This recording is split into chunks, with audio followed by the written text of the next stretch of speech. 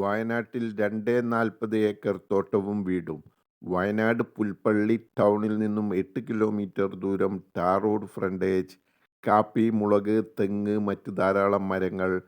3 bedroom വീട്, വറ്റാത്ത കിണർ, ചുറ്റിലും മനോഹര വ്യൂ, കോടാത്തണുപ്പ്.